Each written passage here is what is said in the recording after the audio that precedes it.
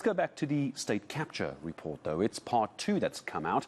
The state capture report has made some recommendations in this second version. It could see the likes of Malusi Gigaba and Brian Molefe facing criminal charges in connection with the plundering of Transnet. eNCA reporter Aviwe Mtila unpacks the recommendations and the string, it's a long string of names, that came in for very strong criticism.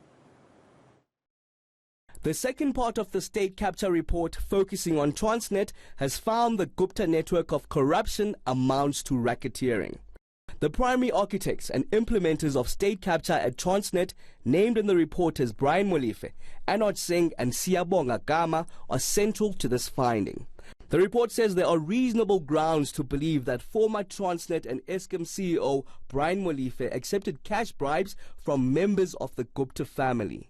The report details how Gupta cash totaling over 19 million rand found its way to the disgraced former CFO Anoj Singh's personal bank account, and how close Singh was to the family as they funded his lavish lifestyle using public funds.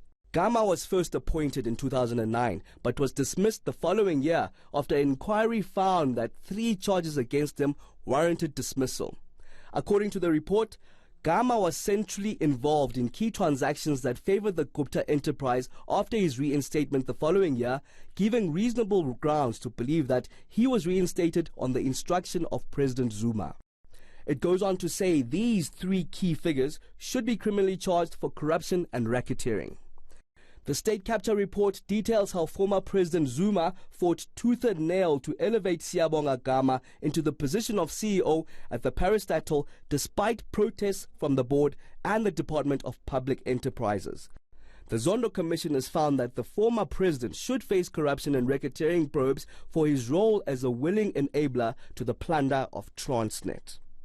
Others who supported Gama's reinstatement, even as this was met with resistance by the then Public Enterprise Minister Barbara Hogan, include Gwede Mantashe, who was then in the key position of ANC Secretary General. The report states that Mantashe's account before the State Capture Commission of the appointment of Siyabonga Gama as Transnet Group CEO was implausible and inconsistent with the facts.